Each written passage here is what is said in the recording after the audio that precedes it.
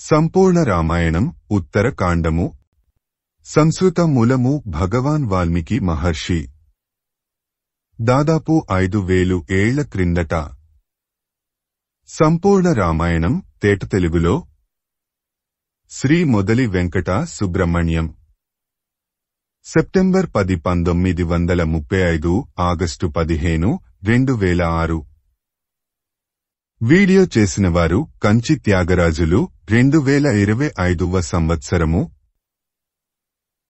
ఉత్తరకాండము 81వ సర్గ సుమంత్రుడు తాను దుర్వాస మహాముని వద్ద నుండి విన్న మాటలను లక్ష్మణునికి చెప్పనారంభించాడు.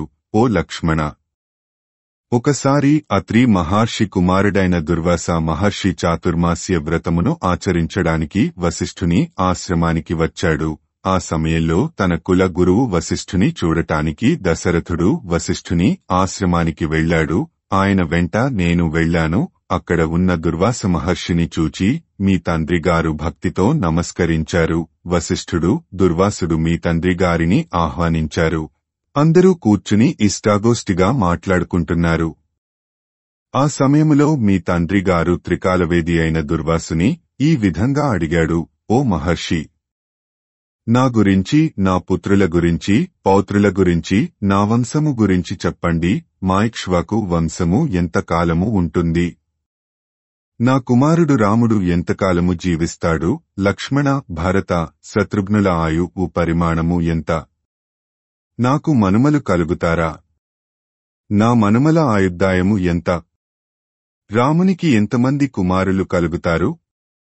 మా వంశము యొక్క భవిష్యత్తు గురించి దయచేసి నాకు తెలుపండి అని వినయంగా అడిగాడు దశరథుడు. దశరథుని మాటలు విన్న దుర్వాసుడు కొంచెంసేపు ఆలోచించి ఇలా అన్నాడు. ఓ దశరథ మహారాజా, నీకు ఒక పూర్వ వృత్తాంతమును చెబుతాను విను. పూర్వము దేవతలకు అసురులకు యుద్ధం జరిగింది. అసురులు ఓడిపోయారు. వారందరూ భృగు మహర్షి భార్య వద్దకు పోయి ఆమె శరణు కోరారు. ఆమె వారికి ఆశ్రయం ఇచ్చింది. వాళ్లు దేవతల నుండి ఏమాత్రమూ భయం లేకుండా భృగు మహర్షి ఆశ్రమంలో ఆయన భార్య ఆశ్రయంలో ఉన్నారు.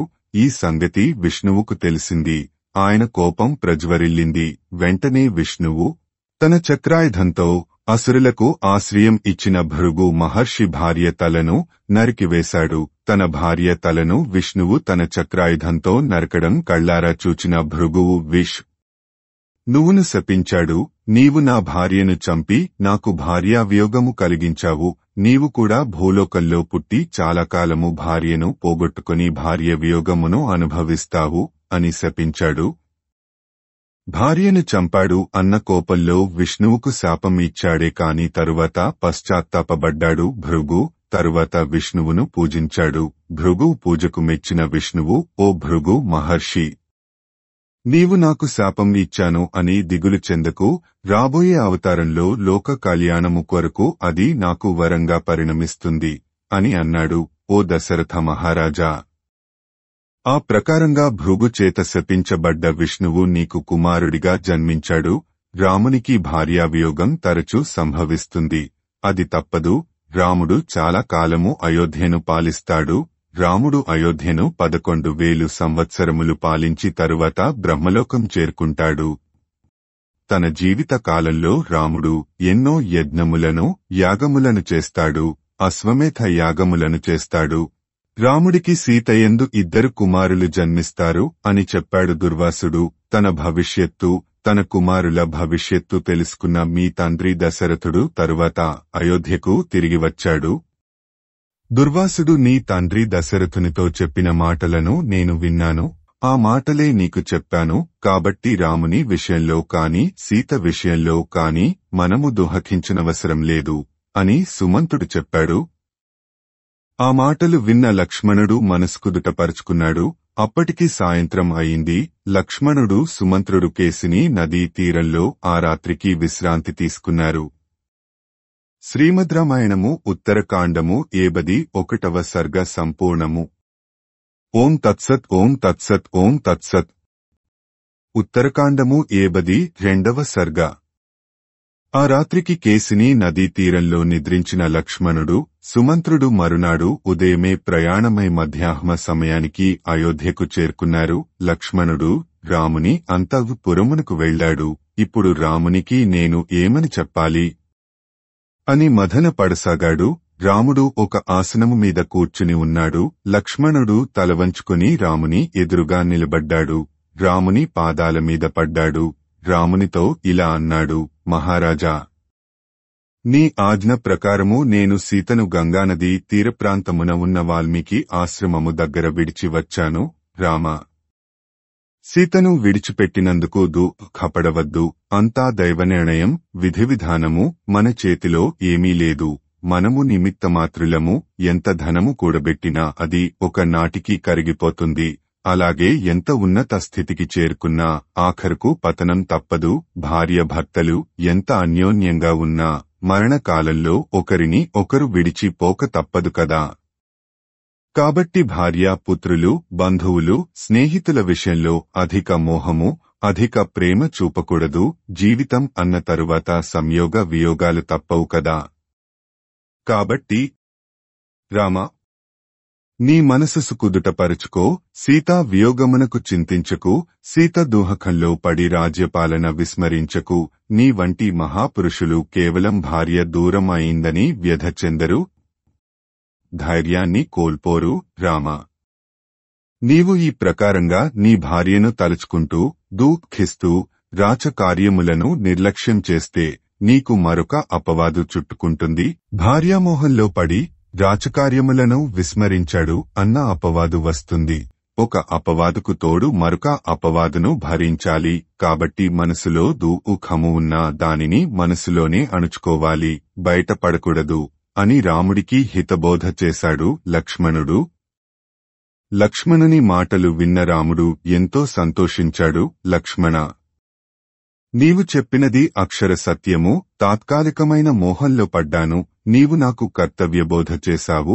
రాజుగా నా కర్తవ్యమును నేను సమర్థవంతంగా నిర్వర్తిస్తాను. నాలోని శోకమును వదిలిపెట్టాను. నీ మాటలు నాకు మార్గదర్శకమైనాయి అని అన్నాడు రాముడు. శ్రీమద్ రామాయణము ఉత్తరకాండము 72వ సర్గ సంపూర్ణము. ఓం తత్సత్. ఓం తత్సత్. ఓం తత్సత్. ఉత్తరకాండము 73వ సర్గ. రాముడు లక్ష్మణునితో ఇంకా ఇలా అన్నాడు, నీవు నాకు తమ్ముడివే కాదు, స్నేహితుడివి కూడా. నీవంటి స్నేహితుడు లభించడం చాలా కష్టం. నా మనసులో ఉన్న మాట చెబుతున్నాను విను. సీతను అడవులకు పంపిన తరువాత ఈ 4 రోజులు నేను సీతా వియోగ బాధతో రాచకార్యములు చూడలేదు, రాజసభకు వెళ్లలేదు. నీ మాటలు విన్న తరువాత నేను ఎంత తప్పు చేశానో అని బాధపడుతున్నాను. వ్యక్తిగతంగా ఎన్ని బాధలు ఉన్నా రాజకార్యములు మానడం క్షమించరాని నేరం అని నా మనసు ఘోషిస్తూ ఉంది. లక్ష్మణ, నేను ఈ రోజు నుండి రాజసభకు వస్తున్నానని మంత్రులకు చెప్పు. రాజపురోహితుని, మంత్రులను వెంటనే పిలిపించు. ప్రతి దినము పోరుల కార్యములు, వారి బాగోగులు చూడని రాజు నరకానికి పోతాడు అని అన్నాడు రాముడు. 5 సంవత్సరాలు ప్రజాసేవ చేస్తానని ఓట్లు వేయించుకొని గెలిచిన ప్రజాప్రతినిధులు ప్రజలకు సంబంధించిన కార్యక్రమములు చిత్తశుద్ధితో నిర్వహిస్తామని ప్రమాణం చేసిన మంత్రులు తమ తమ విధులను మరిచి ప్రజల ముఖం చూడకుండా, అసెంబ్లీ, పార్లమెంటు ముఖం చూడకుండా, ఒకవేళ వచ్చినా నిద్రపోతూ తమ తమ స్వంత వ్యాపారాలు చేసుకుంటూ అక్రమార్జనలో మునిగి తేలుతూ ప్రజలను, ప్రజాసేవను మర్చిపోయే ప్రజాప్రతినిధులకు, మంత్రులకు రాముడి మాటలు ఒక గుణపాఠం. వ్యక్తిగతంగా ఎన్ని బాధలు, కష్టాలు ఉన్నా రాజకార్యాలు మానకూడదు అన్న సూత్రానికి కట్టుబడినదే రామరాజ్యం తెస్తామని రంకెలు వేస్తున్న నేటి ప్రజాప్రతినిధులు, కార్యాలయాలలో పనిచేస్తున్న ఉన్నత అధికారులు, ఆఫీసర్లు, ఉద్యోగులు ఆచరించవలసిన విధి, కర్తవ్యము. రాముడు లక్ష్మణునితో ఇంకా ఇలా అన్నాడు, లక్ష్మణ, పూర్వము నూగుడు అనే మహారాజు ఉండేవాడు. అతను ప్రజలను చక్కగా పాలించేవాడు, బ్రాహ్మణులను గౌరవించేవాడు, ధార్మికుడు. ఎట్టి విపత్కర పరిస్థితులలో కూడా అసత్యము పలికేవాడు కాదు. అతడు పర్వ దినములలో గోవులను బ్రాహ్మణులకు దానంగా ఇచ్చేవాడు. ఒకసారి ఒక బ్రాహ్మణునికి చెందిన ఆవు దూడతో సహా మేత మేయడానికి ఊరబయటకు వెళ్ళింది. ఆ సమయంలో రాజుగారు దానం ఇవ్వడానికి రాజభటులు గోవులను తీసుకుని వెళుతున్నారు. ఈ బ్రాహ్మణుడికి చెందిన ఆవు, దూడ ఆ గోవులలో కలిసిపోయాయి. రాజభటులు ఆ గోవులను రాజప్రాసాదమునకు తీసుకుని వెళ్లారు. తన గోవు, దూడ కనపడలేదని ఈ బ్రాహ్మణుడు ఊరు వాడా వెదుకుతున్నాడు. మరునాడు పర్వదినం కావడం వలన నుగమహారాజు బ్రాహ్మణులకు యథావిధిగా గోవులను దానం చేశాడు. బ్రాహ్మణునికి చెందిన ఆవును, దూడను కూడా మరొక బ్రాహ్మణునికి దానం చేశాడు. దానం తీసుకున్న బ్రాహ్మణుడు తనకు ఇచ్చిన ఆవును, దూడను తీసుకుని తన ఇంటికి వెళ్లాడు. తన వద్ద నుండి తప్పిపోయిన ఆవును వెతుక్కుంటూ ఆ బ్రాహ్మణుడు దానం స్వీకరించిన బ్రాహ్మణుని ఇంటి వద్దకు వచ్చాడు. తన గోవు అక్కడ ఉన్నదని చూచాడు. ఆ గోవును సబల అని పిలిచాడు. తన అసలు యజమాని కంఠస్వరము విన్న ఆ గోవు పరుగెత్తుకుంటూ ఆ బ్రాహ్మణుని వద్దకు వచ్చింది. వెంటనే ఆ బ్రాహ్మణుడు దానం తీసుకున్న బ్రాహ్మణునితో ఇలా అన్నాడు, ఈ గోవు, దూడ నావి, ఇవి మీ వద్దకు ఎలా వచ్చాయి అని అడిగాడు. ఈ గోవును, దూడను నాకు నుగమహారాజు దానంగా ఇచ్చాడు అని బదులు చెప్పాడు. నా గోవును, దూడను దానంగా ఇవ్వడానికి రాజు ఎవరు? పదండి, రాజు వద్దనే తెచ్చుకుందాము అని ఆ బ్రాహ్మణులు ఇద్దరు గోవు, దూడతో సహా రాజమందిరానికి వెళ్లారు. నుగమహారాజును చూడాలని రాజభటులకు చెప్పారు. ఎన్ని రోజులు ఉన్నా వారికి రాజుగారిని చూడటానికి అనుమతి లభించలేదు. ఆ బ్రాహ్మణులకు కోపం వచ్చింది. ప్రజల కష్టసుఖాలు విచారించని రాజు, పనిమీద వచ్చిన ప్రజలకు దర్శనం ఇవ్వని రాజు వృధా. అందుకని, ఓ నృగు మహారాజా, నీవు తొండగా మారి చాలా కాలము బావులలో పడి ఉండు అని శపించారు. ఈ విషయం తెలిసిన నృగు మహారాజు వచ్చి ఆ బ్రాహ్మణుల శరణు వేడాడు. శాంతించిన ఆ బ్రాహ్మణులు శాప విమోచన అనుగ్రహించారు. ఓ నృగు మహారాజా, ద్వాపర యుగంలో యాదవ వంశంలో శ్రీమహావిష్ణువు దేవకీ వసుదేవులకు పుత్రుడుగా జన్మించగలడు. ఆయన నిన్ను ముట్టుకోగానే నీకు శాప విమోచన కలుగుతుంది అని అనుగ్రహించారు. తరువాత ఆ గోవు వివాదము ఎటూ తేలకపోవడంతో ఆ బ్రాహ్మణులు ఇద్దరూ ఆ గోవును మరొక బ్రాహ్మణునికి దానంగా ఇచ్చి వెళ్లిపోయారు. ఈ నృగుమహారాజు బ్రాహ్మణ శాపమును అనుభవిస్తున్నాడు. అందువలన లక్ష్మణ, రాజుకు ఎన్ని స్వంత పనులు ఉన్ననూ, మనసులో సుఖదోహకములు ఉన్ననూ వాటిని పక్కనబెట్టి ముందు రాజకార్యములకు ప్రాధాన్యం ఇవ్వాలి. కాబట్టి లక్ష్మణ, ముందు నీవు పోయి న్యాయం కోసం గాని, రాజుతో పని ఉండి గాని వచ్చిన వారిని వెంటనే రాజసభలో ప్రవేశపెట్టమను అని పలికాడు రాముడు. శ్రీమద్రామాయణము ఉత్తరకాండము 73వ సర్గ సంపూర్ణము. ఓం తత్సత్, ఓం తత్సత్, ఓం తత్సత్. ఉత్తరకాండము 74వ సర్గ. నృగు మహారాజు కథ విన్న లక్ష్మణుడు రామునితో ఇలా అన్నాడు, రాజా, అంత చిన్న అపరాధమునకు ఆ బ్రాహ్మణులు అంత పెద్ద శిక్ష విధించారు కదా. మరి ఆ నృగు మహారాజు ఆ బ్రాహ్మణ శాపమును ఏ విధంగా అనుభవించాడు అని అడిగాడు. రాముడు లక్ష్మణునితో ఇలా అన్నాడు, నృగు మహారాజు వెంటనే తన కుమారుడిని రాజ్యాభిషిక్తుని చేశాడు. రాజ్యభారాన్ని కుమారుడికి అప్పగించాడు. తాను తొండగా ఏ బావిలోనో ఉడడం కన్నా అటువంటి బావులను తనే స్వయంగా తవ్వించాడు. తాను తొండ రూపంలో అన్ని కాలాలలోనూ సుఖకరంగా ఉండటానికి తగిన గోతులు తవ్వించుకున్నాడు. వర్షాకాలంలో తడవకుండా ఉండేట్టు సౌకర్యంగా ఒక గోతిని తవ్వించాడు. చలికాలంలో వెచ్చగా ఉండేటట్టు మరొక గోతిని నిర్మాణం చేయించాడు. వేసవి కాలంలో చల్లగా ఉండేటట్టు మరొక గోతిని నిర్మాణం చేయించాడు.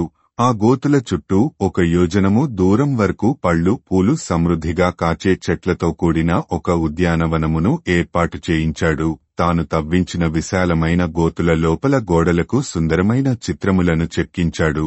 ఆ గోతులలోకి సుగంధము వచ్చేటట్టు చుట్టూ ఉన్న ఉద్యానవనములో పరిమళభరితమైన పూల మొక్కలు నాటించాడు. రాజ్యాభిషిక్తుడైన పుత్రునికి తగు జాగ్రత్తలు చెప్పాడు. రాజ్యపాలనలోనూ ప్రజల కష్టములు విచారించడంలోనూ ఏమాత్రం అలసత్వము చూపకూడదని, అలా చేసినందువలనే తాను శాపగ్రస్తుడను అయ్యానని చెప్పాడు. ఇంకా తన కుమారునికి ఇలా చెప్పాడు, కుమారా, చేసిన కర్మకు ఫలమును అనుభవించకుండా తప్పించుకోవడం ఎవరికీ సాధ్యం కాదు. పూర్వజన్మలో గాని ఈ జన్మలో గాని చేసిన కర్మలకు ఫలితము అనుభవించియే తీరవలెను. కష్టములు వచ్చినప్పుడు దుఃఖించడం, సుఖాలు వచ్చినప్పుడు ఆనందపడటం రాజుకు మంచిది కాదు. కాబట్టి నాకోసము దుఃఖించకు అని చెప్పాడు. తరువాత తన శాపఫలమును అనుభవించడానికి తొండ రూపంతో ఆ గోతులలోకి వెళ్లిపోయాడు. ఇది చదివిన తరువాత మీకు ఏమి గుర్తుకు వస్తూ ఉంది? పెద్ద పెద్దవాళ్లు ఏదో కేసులో అరెస్టు అయినప్పుడు వెంటనే వారికి గుండె నొప్పి వస్తుంది. హాస్పిటల్లో చేరి జైలుకూడు తప్పించుకుంటారు. ఇంకా కొంతమంది తమ పలుకుబడి ఉపయోగించి జైల్లోనే అన్ని సౌకర్యాలు కల్పించుకుంటారు. ఇంటి భోజనం, cell phone, laptop, fan, AC ఈ సౌకర్యాలు పొందుతారు. నుగు మహారాజు కూడా తన శాపకాలమును సుఖవంతం చేసుకున్నాడు కదా. యుగాలు మారినా మనుషులు వారి బుద్ధులు మారవు అనడానికి ఇది చక్కని ఉదాహరణ. శ్రీమద్ రామాయణము ఉత్తరకాండము 74వ సర్గ సంపూర్ణము. ఓం తత్సత్ ఓం తత్సత్ ఓం తత్సత్. ఉత్తరకాండము 75వ సర్గ. నుగ చక్రవర్తికి వచ్చిన శాపమును గురించి చెప్పిన రాముడు లక్ష్మణుడికి మరొక కథ కూడా చెప్పనారంభించాడు. లక్ష్మణుడు కూడా శ్రద్ధతో రాముడు చెప్పే కథలు వింటున్నాడు. లక్ష్మణ, మన ఇక్ష్వాకు వంశంలో నిమి అనే మహారాజు ఉండేవాడు. ఆయన రాజధాని వైజయంతి అనే నగరము. ఆయనకు చాలా కాలము సాగే ఒక యజ్ఞము చెయ్యాలని సంకల్పము కలిగింది. దానికి తన తండ్రి ఇక్ష్వాకును ఆహ్వానించాడు. ఆ యాగమునకు ఋత్విక్కుగా బ్రహ్మర్షి వశిష్ఠుని నియమించాడు. వశిష్ఠునికి సహాయకులుగా అత్రిని, అంగిరసుని, భృగువును కూడా ఆహ్వానించాడు. నిమి వశిష్ఠుని దగ్గరకు పోయి తన యాగమునకు ఋత్విక్కుగా ఉండమని అడిగాడు. నేను దేవేంద్రుడు చేసే యాగంలో ఉన్నాను. ఈ యాగం కాగానే నీ యాగం జరిపిస్తాను అని అన్నాడు. అంత ఆలస్యం భరించలేక నిమి చక్రవర్తి తనకు అందుబాటులో ఉన్న గౌతముని ఋత్విక్కుగా నియమించాడు. అక్కడ ఇంద్ర యజ్ఞము పూర్తి అయింది. వశిష్ఠుడు నిమి చేత యజ్ఞము చేయించడానికి వచ్చాడు. తన స్థానంలో గౌతముడు యజ్ఞం జరిపిస్తూ ఉండటం చూచాడు. వశిష్ఠునికి కోపం వచ్చింది.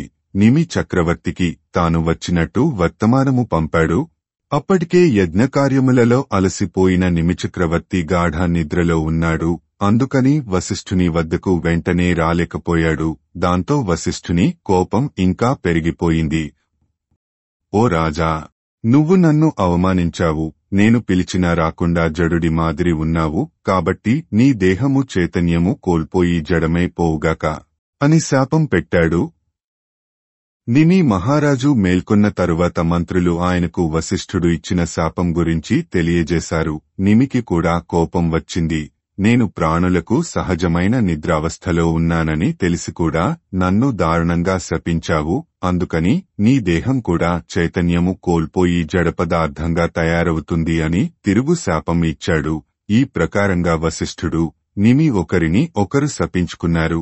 ఆ శాపాల కారణంగా ఇద్దరూ తమ దేహాలు వదిలి గాలిలో సంచరిస్తున్నారు అని రాముడు లక్ష్మణునితో చెప్పాడు. శ్రీమద్ రామాయణము ఉత్తరకాండము 75వ సర్గ సంపూర్ణము. ఓం తత్సత్ ఓం తత్సత్ ఓం తత్సత్. ఉత్తరకాండము 76వ సర్గ. రాముడు లక్ష్మణునితో ఇలా చెప్పసాగాడు. లక్ష్మణ, దేహం లేకుండా బాధపడుతున్న వశిష్ఠ మహాముని మరొక దేహము కొరకు తన తండ్రి అయిన బ్రహ్మదేవుని వద్దకు వెళ్లాడు. తండ్రి బ్రహ్మదేవా, నిని శాపం వలన నేను నా దేహాన్ని కోల్పోయాను. వాయురూపంలో తిరుగుతున్నాను. దేహం లేకుండా నిత్య కర్మలు చేయడం సాధ్యం కాదు కదా.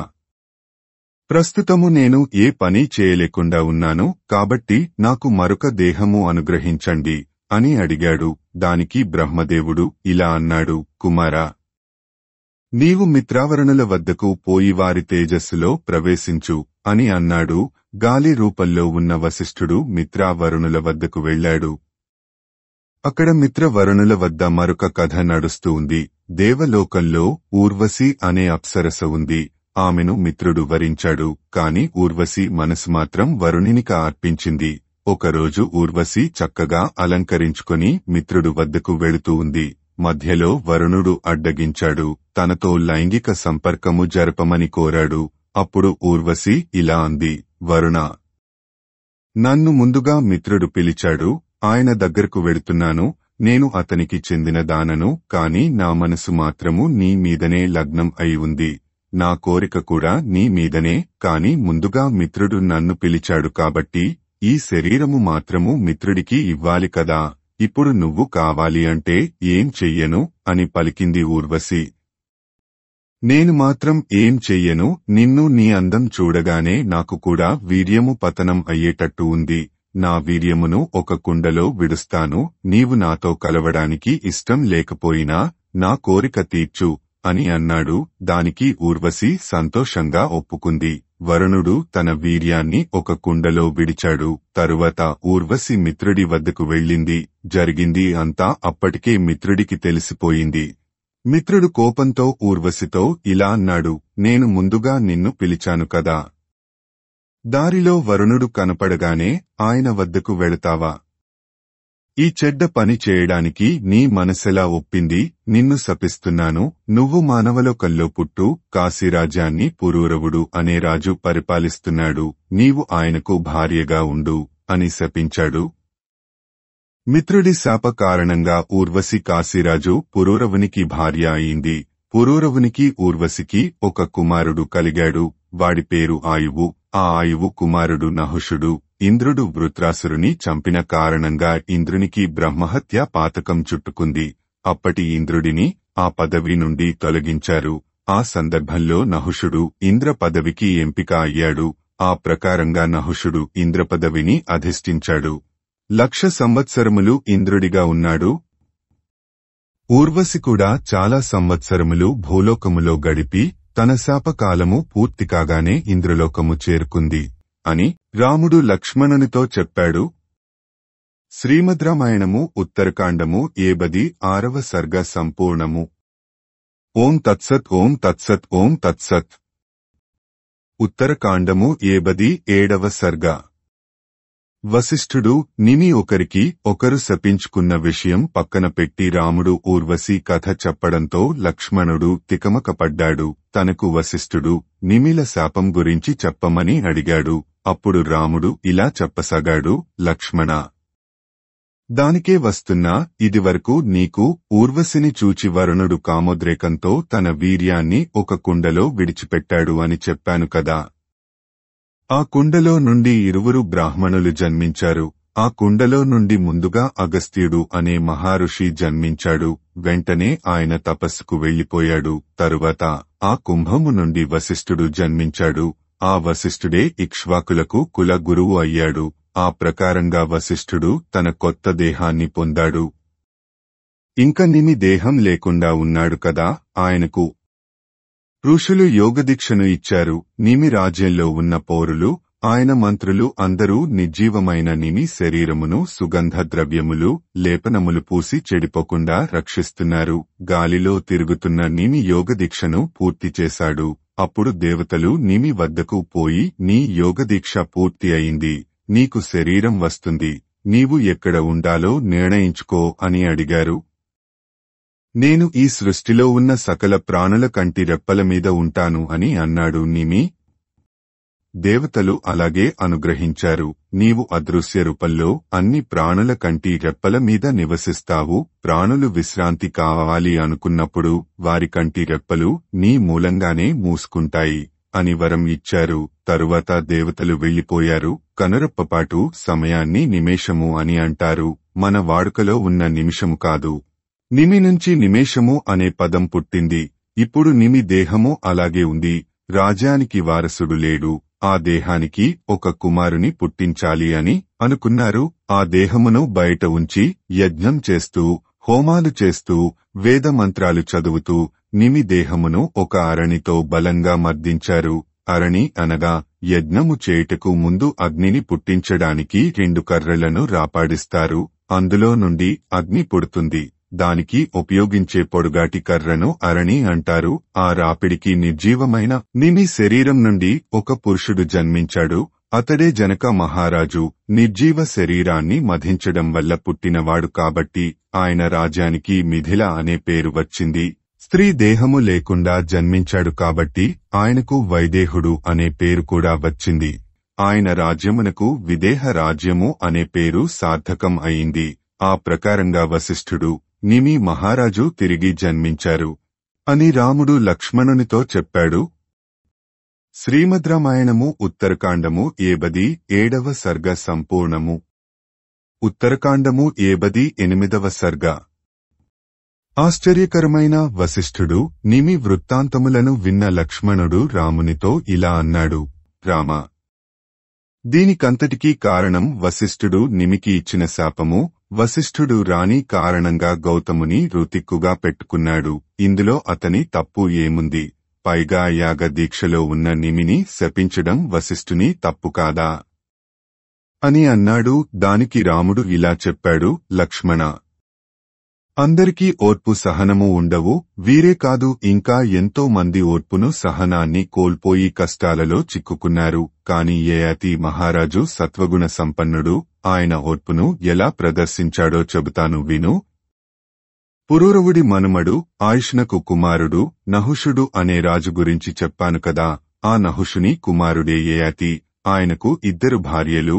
ఈ యయాతి గురించి మనము భారతంలో విపులంగా చదువుకున్నాము. రాక్షస రాజైన వృషపర్వుని కుమార్తె శర్మిష్ఠ, రాక్షస గురువు శుక్రాచార్యుని కుమార్తె అయిన దేవయాని. కాని యయాతికి శర్మిష్ఠయందు ఎక్కువ ప్రేమ. యయాతికి దేవయాని అంటే అంత ప్రేమలేదు. యయాతికి శర్మిష్ఠయందు పూరువుడు, దేవయాని యందు యదువు జన్మించారు. యయాతికి శర్మిష్ఠ అంటే ఎంతో ఇష్టం. అలాగే శర్మిష్ఠకు పుట్టిన పూరువు అంటే కూడా చాలా ఇష్టం. దానికి తోడు పూరువు కూడా సకల సద్గుణ సంపన్నుడు. యయాతికి దేవయాని అంటే ఇష్టం లేదు కాబట్టి ఆమె కుమారుడు యదువు అంటే కూడా ఇష్టం లేదు. యదువును దగ్గరకు రానిచ్చేవాడు కాదు. అది చూచి యదువుకు దుహకం ముంచుకొచ్చింది. ఒకరోజు తల్లి దేవయాని వద్దకు పోయి ఇలా అన్నాడు, అమ్మా, నాన్నగారికి నీవు అన్నా నేను అన్నా అస్సలు ఇష్టం లేదు. ఎందుకమ్మా మనం ఇక్కడ ఉండటం? మనం వెళ్ళిపోదాము. అయినా మనకేం తక్కువ అమ్మా. నువ్వు రాక్షసులకు గురువు అయిన శుక్రాచార్యుల వారి కుమార్తెవు. నేను ఆయనకు మనుమడిని. అమ్మా, ఈ దుఃఖమును అవమానమును ఇంక సహించలేమమ్మా. ఇన్ని అవమానములు భరించి ఇక్కడ ఉండేదానికన్నా అగ్నిలో దూకడం మేలు. తండ్రిగారిని పూరువుతోనూ వాడి తల్లితోనూ సుఖపడని. అమ్మా, ఈ అవమానమును సహించి నువ్వు ఉండగలిగితే ఉండు. నేను మాత్రం ఉండను. ఈ అవమానమును భరించడం కన్నా నాకు మరణమే శరణ్యము అని ఏడుస్తూ అన్నాడు యదువు. కుమారుడి దుఃఖాన్ని చూచి తట్టుకోలేకపోయింది దేవయాని. వెంటనే తండ్రి శుక్రాచార్యుని మనసులో స్మరించుకుంది. వెంటనే శుక్రాచార్యుడు కుమార్తె ముందు ప్రత్యక్షమయ్యాడు. దోహకంతో కుంగిపోతున్న కుమార్తెను మనుమడిని చూచి, ఏమమ్మా, ఏమి జరిగింది అని అడిగాడు. తండ్రి, నాకు ఇక్కడ జరుగుతున్న అవమానమునకు నేను నీళ్లలో గాని అగ్నిలో గాని దూకి మరణిస్తాను, లేదా విషము తిని చస్తాను.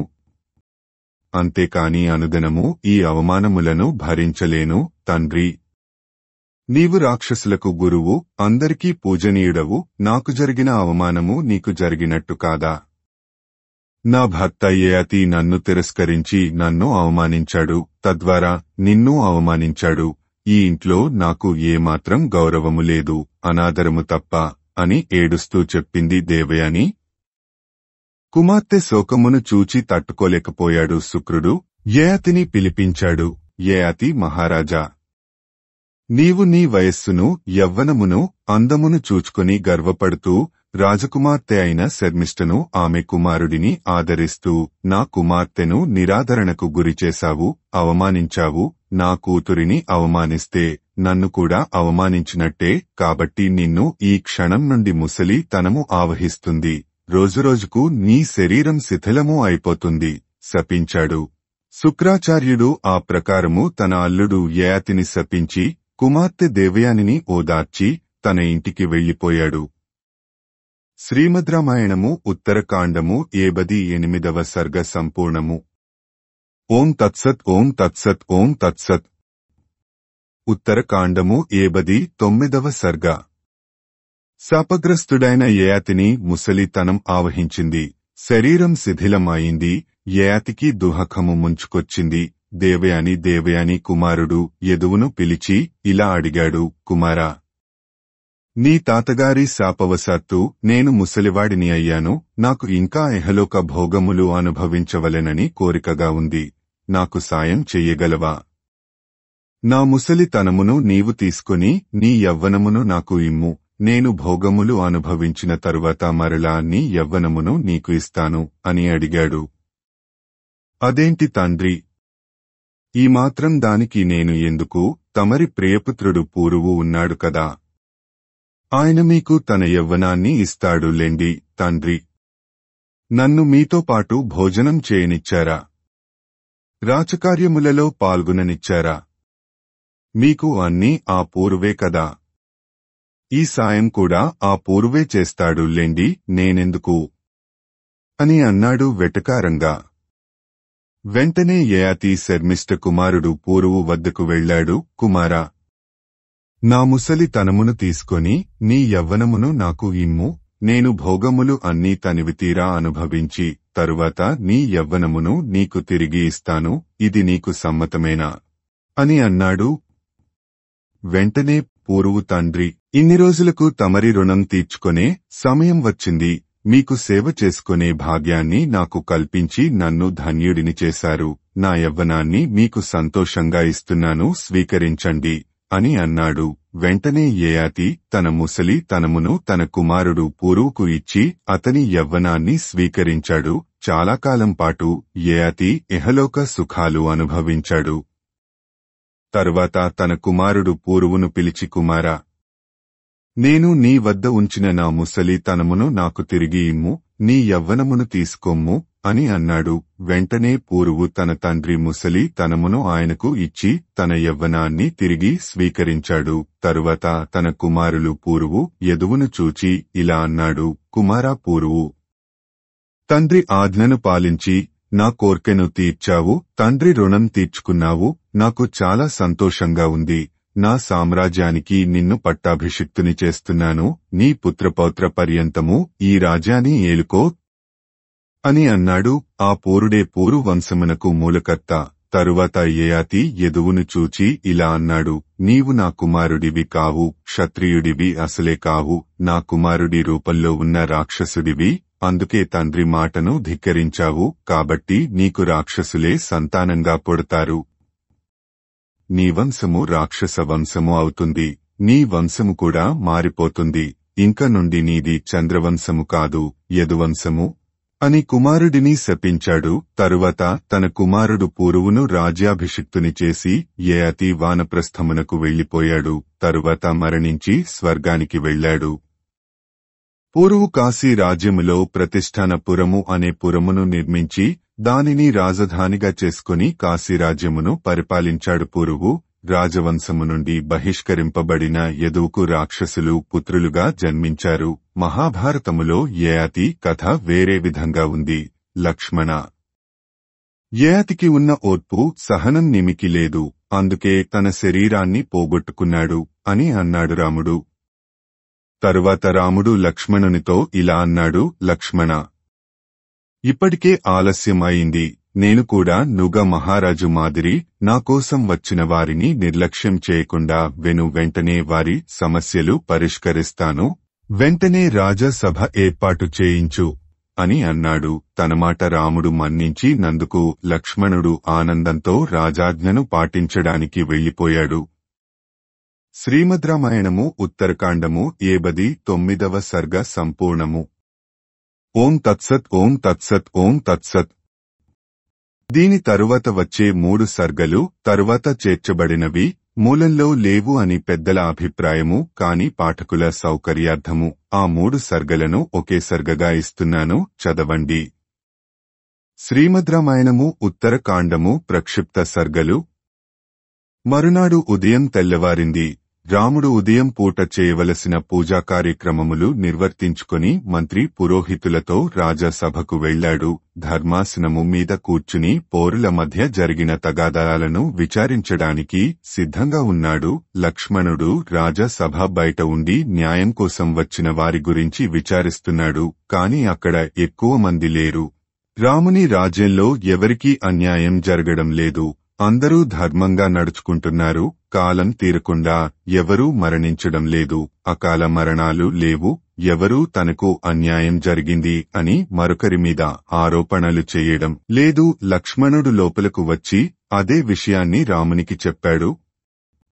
లక్ష్మణ, న్యాయం కోసరం వచ్చే వాళ్లు నిర్ణీత సమయంలో రారు కదా, ఎప్పుడు అన్యాయం జరిగితే అప్పుడు వస్తారు. కాబట్టి నీవు బయటనే ఉండి న్యాయార్థులను, కార్యార్థులను వెంటనే విచారించి లోపలకు పంపించు. నేను రాజసభలోనే ఉంటాను. లక్ష్మణ, మన రాజ్యంలో ప్రజలందరూ నీతిగా నిజాయితీగా తమకు విధించిన పనులను చేసుకుంటున్నారు. అందరూ సఖ్యంగా ఉంటున్నారు. ఇంక తగాదాలు ఎందుకు ఉంటాయి చెప్పు? పైగా తప్పు చేస్తే శిక్షలు కఠినంగా ఉంటాయని వాళ్లకు తెలుసు. అందుకని ఎవరూ తప్పు చేయడానికి సాహసించరు. నీవు కూడా నిరంతరము జాగరూకుడవై నగరాన్ని రక్షిస్తున్నావు. అయినా కూడా మన జాగ్రత్తలో మనం ఉండాలి. నీవు రాజసభ బయటనే ఉండి న్యాయం కోసం వచ్చిన వాళ్లను విచారించి లోపలకు పంపు. నేను మంత్రులతో వేరే విషయాలను చర్చిస్తూ ఉంటాను అని అన్నాడు రాముడు. రాముని ఆదేశము మేరకు లక్ష్మణుడు రాజసభ బయటకు వచ్చాడు. అక్కడ ఒక కుక్క నిలబడి ఉంది. లక్ష్మణుని చూచి గట్టిగా మొరిగింది. లక్ష్మణుడు ఆ కుక్కను చూచి, ఏమీ పని మీద వచ్చావు? నీకు ఏం కావాలి అని అడిగాడు. అప్పుడు ఆ కుక్క ఈ విధంగా బదులు చెప్పింది, నేను న్యాయం కోరి వచ్చాను. ఈ రాజ్యానికి రాజు రాముడు. నా అభియోగము రామునికే చెబుతాను అని చెప్పింది. లక్ష్మణుడు సభలోపలికి వెళ్లాడు. రామునికి కుక్క విషయం చెప్పి బయటకు వచ్చి కుక్కను రాజసభలోకి వెళ్లమన్నాడు. అప్పుడు ఆ కుక్క ఇలా అంది, లక్ష్మణ, నేను నీచయోనిలో పుట్టాను. మాకు రాజసభలలోకి, దేవతా గుహములలోకి, బ్రాహ్మణుల ఇళ్లలోకి వెళ్లే అర్హత లేదు. కాబట్టి నేను రాజసభలోకి రాలేను. రాముడు సకల ప్రాణులను సమంగా చూడగలిగినవాడు.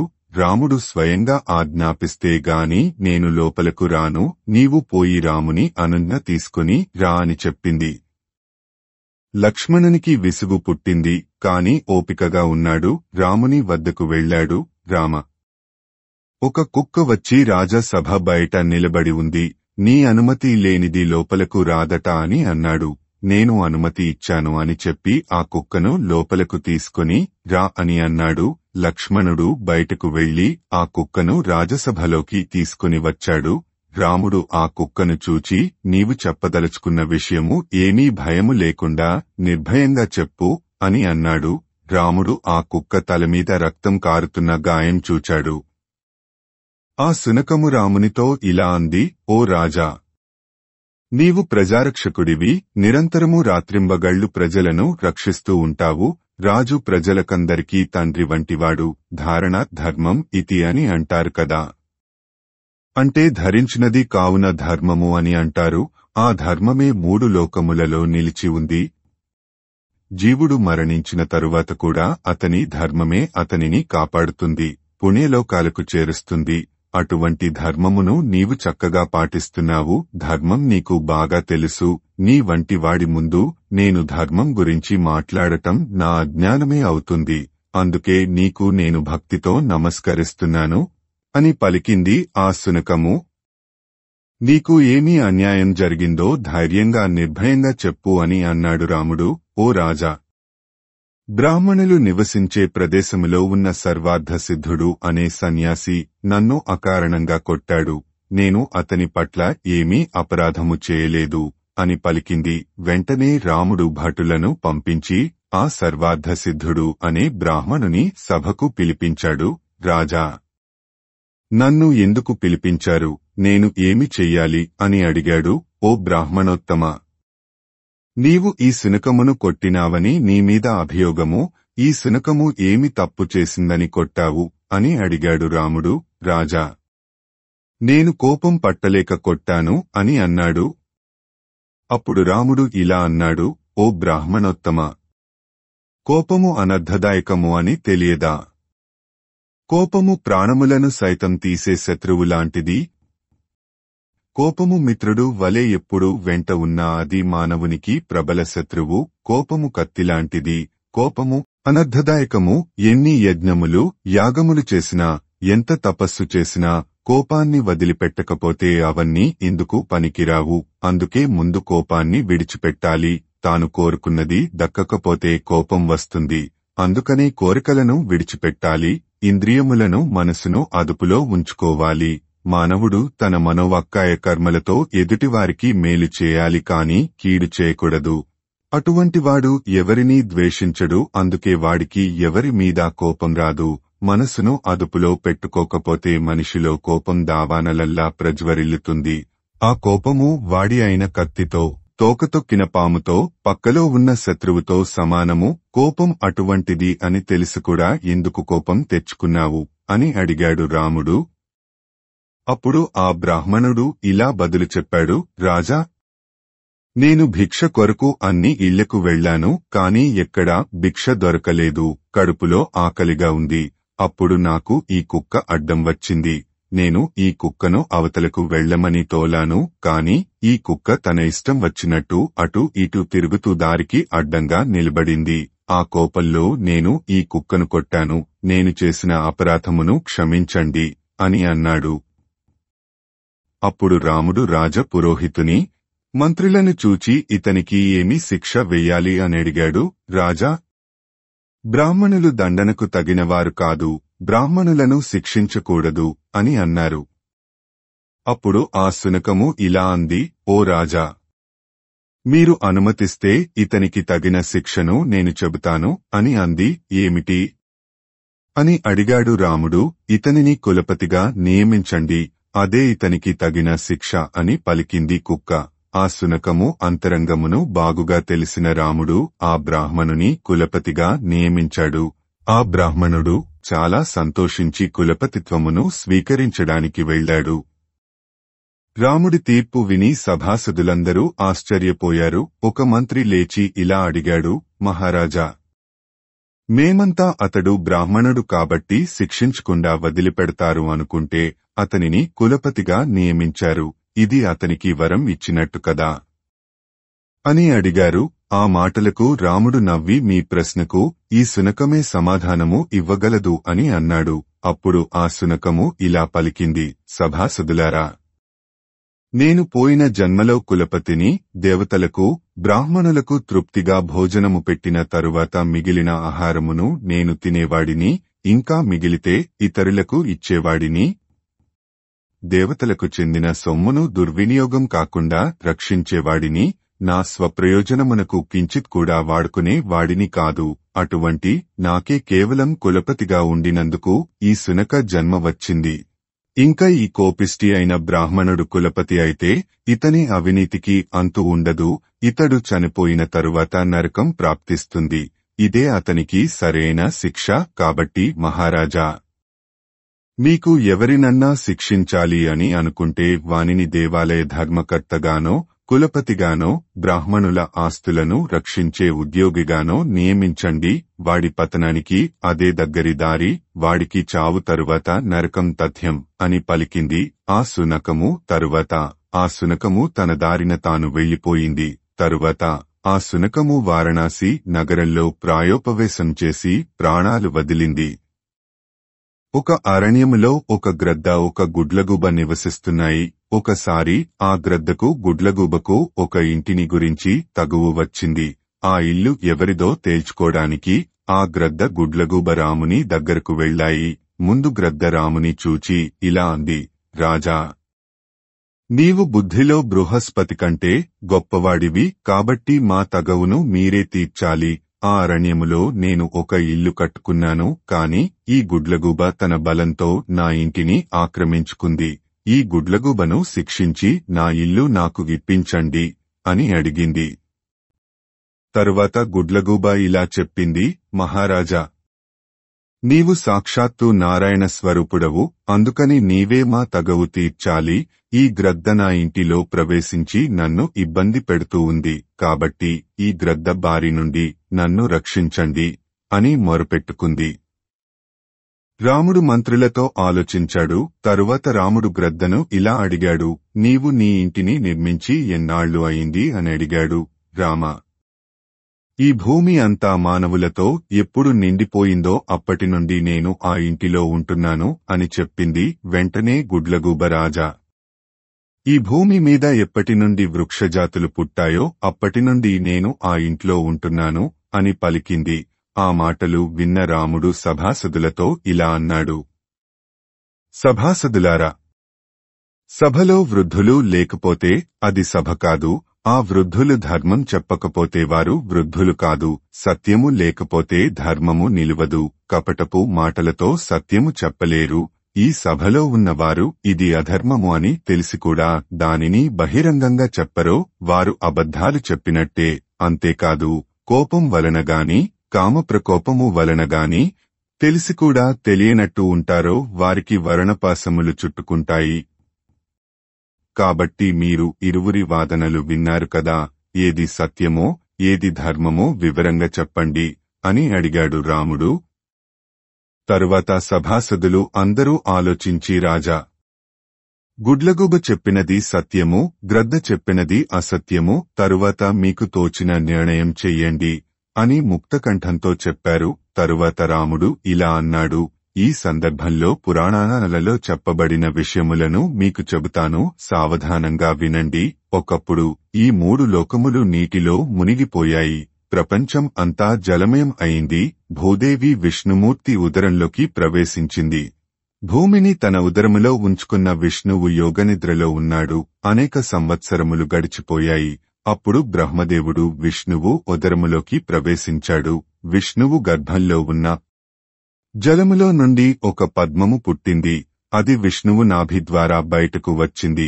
ఆ పద్మము యొక్క నాళము తామర తూడులో నుండి బ్రహ్మ బయటకు వచ్చాడు. ఆ పద్మములో కూర్చున్నాడు. తరువాత బ్రహ్మ తపస్సు చేశాడు. భూమిని, వాయువును, పర్వతములను, వృక్షములను సృష్టించాడు. తరువాత మనుష్యులను, జంతువులను, పాకే జంతువులను, ఎగిరే పక్షులను సృష్టించాడు. అండముల నుండి పుట్టే వాటిని, గర్భములో నుండి బయటకు వచ్చే వాటిని, చెమట నుండి పుట్టే వాటిని, భూమి నుండి పుట్టే వాటిని సృష్టించాడు. బ్రహ్మ యొక్క చెవిలో నుండి మధు, కైటభులు అనే రాక్షసులు పుట్టారు. వారు బ్రహ్మదేవుని చూచి కోపంతో ఊగిపోయారు. ఆ మధుకైటభులు బ్రహ్మ మీదికి వచ్చారు. అప్పుడు బ్రహ్మ పెద్దగా అరిచాడు. ఆ శబ్దము విని శివుడు, విష్ణువు అక్కడకు వచ్చారు. విష్ణువు తన చక్రాయుధముతో ఆ మధుకైటభులు అనే రాక్షసులను సంహరించాడు. ఆ రాక్షసుల శరీరంలో నుండి బయటకు వచ్చిన కొవ్వుతో ఈ భూమి అంతా నిండిపోయింది. అందులో నుండి వృక్షములు, ఓషధులు, సస్యములతో భూమి నిండిపోయింది. ఆ రాక్షసుల కొవ్వు మేధతో నిండిపోయింది కాబట్టి భూమికి మేధ అనే పేరు వచ్చింది. పై కారణాల వలన గుడ్లగూబ వృక్షములు పుట్టిన తరువాత ఇల్లు కట్టుకుంది. అంతకు ముందు వృక్షములు లేవు కాబట్టి గ్రద్ద ఇల్లు కట్టుకునే అవకాశము లేదు. కాబట్టి ఈ ఇల్లు గుడ్లగూబది కాని గ్రద్దది కాదు. అబద్ధము చెప్పిన ఈ గ్రద్దను దండించాలి అని అన్నాడు రాముడు. ఆ సమయంలో ఆకాశం నుండి ఇలా వినపడింది. రామ, ఈ గ్రద్దను చంపకుము. ఈ గ్రద్ద పేరు బ్రహ్మదత్తుడు. ఎల్లప్పుడూ సత్యమునే పలికెడివాడు, ధర్మాత్ముడు. ఒకసారి ఒక బ్రాహ్మణుడు బ్రహ్మదత్తుని ఇంటికి వచ్చాడు. తనకు 100 సంవత్సరముల పాటు భోజనము పెట్టమని అడిగాడు. బ్రహ్మదత్తుడు ఆ బ్రాహ్మణునికి అర్ఘ్యము, పాద్యము, ఆసనము సమర్పించాడు. అతని భోజనానికి తగిన ఏర్పాట్లు చేశాడు. కాని అతనికి పెట్టిన ఆహారములో మాంసాహారము కూడా కలిసింది. దానికి ఆ బ్రాహ్మణుడు కోపించాడు. నీవు గ్రద్దలు తినే మాంసాహారము పెట్టావు కాబట్టి నీవు గ్రద్దగా జీవించు అని శపించాడు. అప్పుడు బ్రహ్మదత్తుడు ఆ బ్రాహ్మణుని కాళ్ల మీద పడి తన అపరాధమును మన్నించి తనకు శాప విమోచనము కలుగచేయమని వేడుకున్నాడు. రాబోవు త్రేతాయుగములో ఇక్ష్వాకు వంశములో రాముడు అనే రాజు జన్మిస్తాడు. అతని స్పర్శతో నీకు శాప విమోచన అవుతుంది అని ఆ బ్రాహ్మణుడు బ్రహ్మదత్తునికి శాప విమోచన అనుగ్రహించాడు. కాబట్టి రామ, ఇతనికి శాప విమోచన కలిగించు అని ఆకాశవాణి పలికింది. అప్పుడు రాముడు సంతోషంగా ఆ గ్రద్దకు శాప విమోచన కలిగించాడు. అప్పుడు ఆ గ్రద్ద బ్రహ్మదత్తుడిగా మారిపోయాడు. రామ, నీ అనుగ్రహము వలన నాకు శాప విమోచన కలిగింది అని రాముడికి నమస్కరించి వెళ్లిపోయాడు. శ్రీమద్ రామాయణము ఉత్తరకాండము ప్రక్షిప్త సర్గలు సంపూర్ణము. ఓం తత్సత్ ఓం తత్సత్ ఓం తత్సత్. ఉత్తరకాండము 60వ సర్గ. రాముడు జనరంజకంగా రాజ్యపాలన సాగిస్తుంటే వసంత ఋతువు వచ్చింది. ఒకరోజు భార్గవుడు, చ్యవనుడు తదితర మహామునులు అందరూ రాముని చూడటానికి వచ్చారు. రాముడు వారిని సాదరంగా ఆహ్వానించాడు. అర్ఘ్యము పాద్యము ఇచ్చి సత్కరించాడు. అందరినీ ఉచితాసనముల మీద ఆసీనులను చేశాడు. ఆ మహామునులు తాము సేవించిన పుణ్యతీర్థములలో జలములను రామునికి సమర్పించారు. రాముడు ఆ మునులను చూచి ఇలా అన్నాడు, మహామునులారా, తమరు వచ్చిన పని ఏమి? మీరు ఏమి కోరినా చెయ్యడానికి నేను సిద్ధంగా ఉన్నాను. నా సమస్త రాజ్యము, నేను బ్రాహ్మణుల అధీనము, ఆజ్ఞాపించండి అని అన్నాడు రాముడు. రాముని మాటలు విన్న ఆ మహామునులు ఎంతో సంతోషించారు. రామా, ఇలా మాట్లాడటం నీ వంటి వారికే తగి ఉన్నది. నీకన్నా ముందు ఈ భూమిని ఎందరో రాజులు పరిపాలించారు. వారందరూ మేము అడగబోయే కార్యము ఏమిటో ఆలోచించిగాని ఆ కార్యము చేస్తానని మాట ఇచ్చేవారు కాదు.